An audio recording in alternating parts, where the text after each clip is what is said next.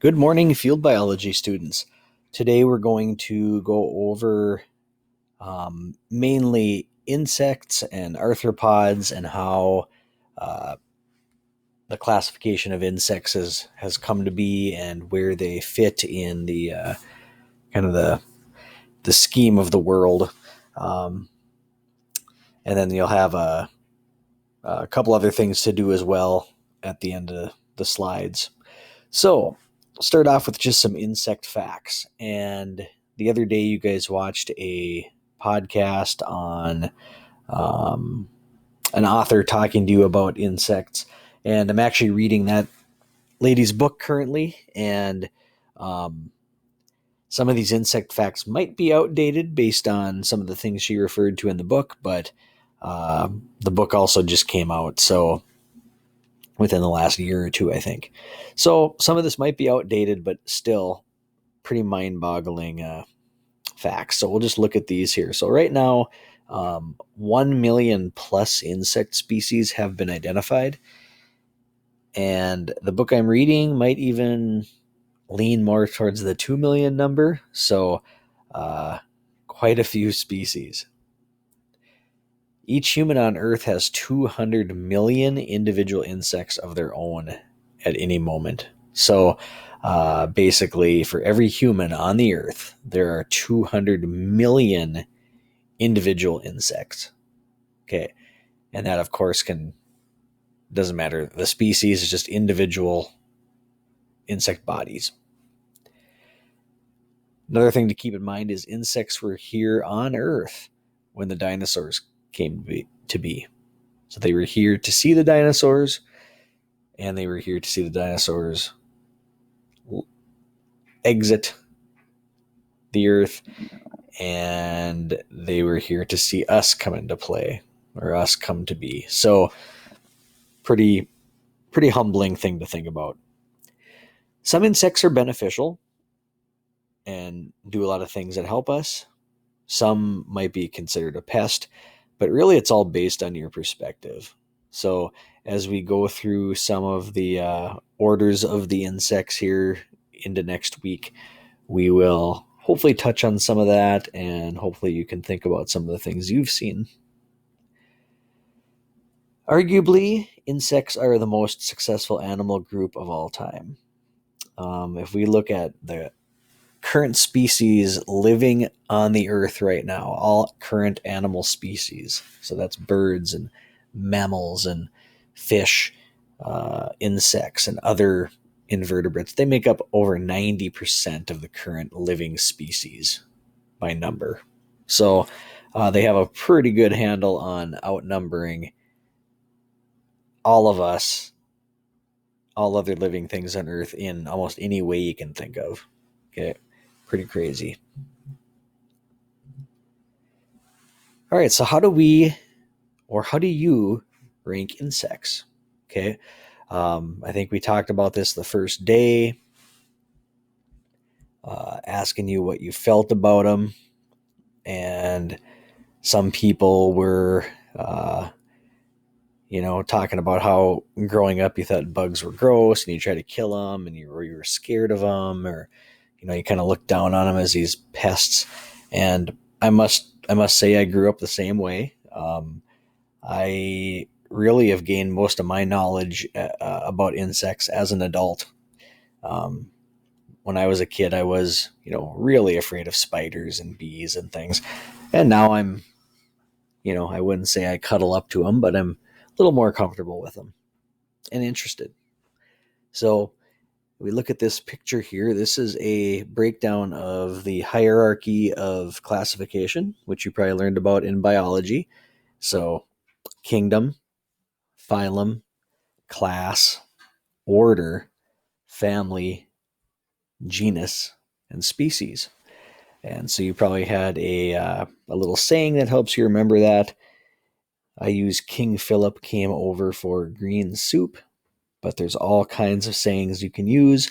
I found this building was taken, or is located at the Cheyenne Mountain Zoo in Colorado Springs, Colorado. And we were there a few years ago, And walking into the bird and reptile exhibit, I saw the sign up there on the wall, and it's named after the Scoots family, so they must have contributed money to this zoo. But I thought, what a cool way to show, people how it breaks down.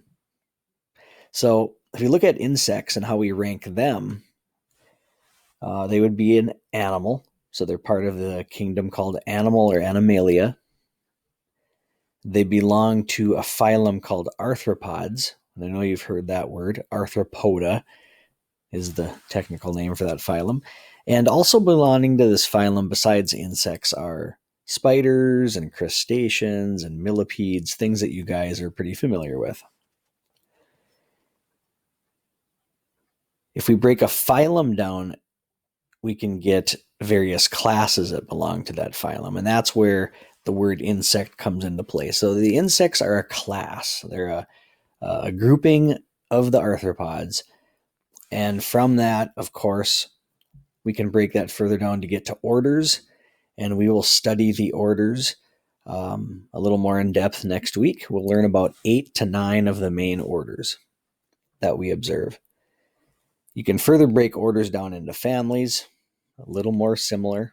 An example of an order would be the beetles. The beetles beetles are an order, okay? And then we could have a family of beetles, maybe some that are very similar to each other, like water beetles or scarab beetles or something like that. And then we can further break down a family into various genuses, and then very similar or very related genuses are made up of individual species. Okay, take for instance the convergent ladybug. Okay, that would be a species of ladybug or ladybird beetle, maybe sharing the genus it belongs to with a couple other types of species of ladybird beetles, and they would all belong to the order called the beetles. So we'll learn some more technical things with the naming and stuff. Your collections, you will focus on the order aspect and the species aspect, and hidden in there you also would hit the genus, because genus and species go together for scientific naming. Hopefully that makes sense. All right, so some of you might be going, what the heck's an arthropod? Well, an arthropod is a invertebrate creature, and they're named for their jointed leg or foot, and that's actually what arthropod means, okay? Arthro refers to having to do with the joints, the moving parts of an appendage, and pod in science refers to either a foot or a leg, okay, area. And so they're named for their complex jointed legs and feet, okay? Yes, we have joints in our legs and feet, but ours don't move in nearly the combinations of ways that theirs can. Arthropods also contain a skeleton called an exoskeleton. So this skeleton is not on the inside like ours, but on the outside. So quite different. And it functions not only for great protection, but also water retention. Okay. It holds in some of the moisture for the insect and keeps them from drying out or dehydrating. Arthropods will also have a segmented body plan. We've touched on so far how insects have 3 body parts, but even within those body parts, segmentations, divisions, which allow for some division of labor, so to speak. Very fast nervous system. I wish I could give you some insight into that, but currently the book I'm reading has thrown some discoveries at me that I didn't even know, as far as, for instance, dragonflies and how quickly they process information, and how efficient they are as a predator. And hopefully we can look into that when we get to dragonflies. but arthropods in general have very, very fast reaction times. Breathing is a whole nother animal. Um, we breathe through our nose and our mouth, and we use lungs to extract the air. Insects do it completely different. Arthropods do it completely different. Instead, they have holes in their exoskeleton that air freely flows in and out.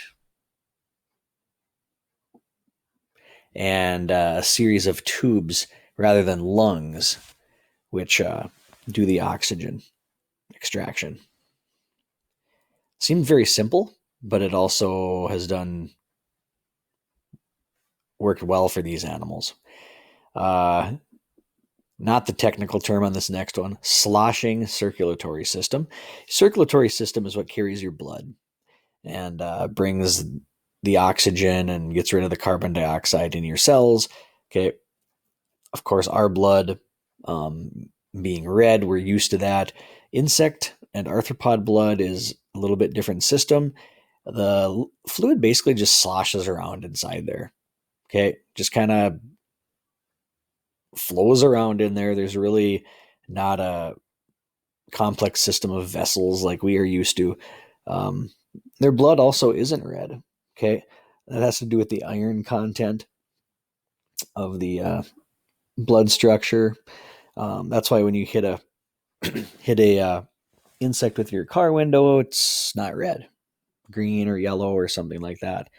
And they do have a heart, which helps to slosh this around, but kind of just moves around in there.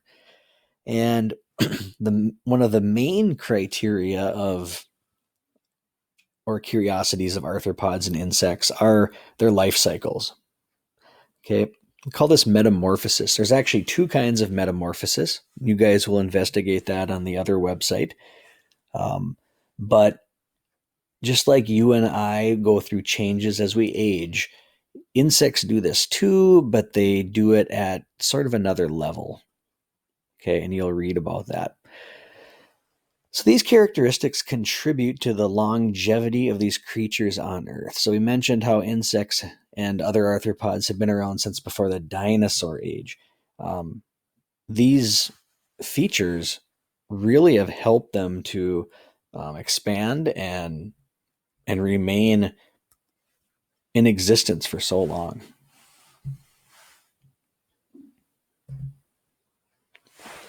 Types of metamorphosis. There are two types of metamorphosis, or changes in the body structure and development of an insect. They're called simple, and I think it's complex. Okay. If I'm off there, you will be corrected when you look at the website. But you will read about those two types of metamorphosis and also complete the Google form called Insect Metamorphosis. And if you have any questions on the insect collection project, this is kind of important. So take a mental note of that during class or write it down or something like that. And then on Friday and Monday, I'm back on Friday. And good news, my coronavirus test was negative. So I'll be back on Friday. If you have any questions on your collections or need more clarification, be ready with those. We can talk through that and get everybody squared away. So I will attach this website separately in Classroom too, in case the quick link doesn't work here. And that will be it. Keep collecting on your home days. Keep photographing, videoing, collecting, searching for insects. All right, thank you, and have a good rest of your day.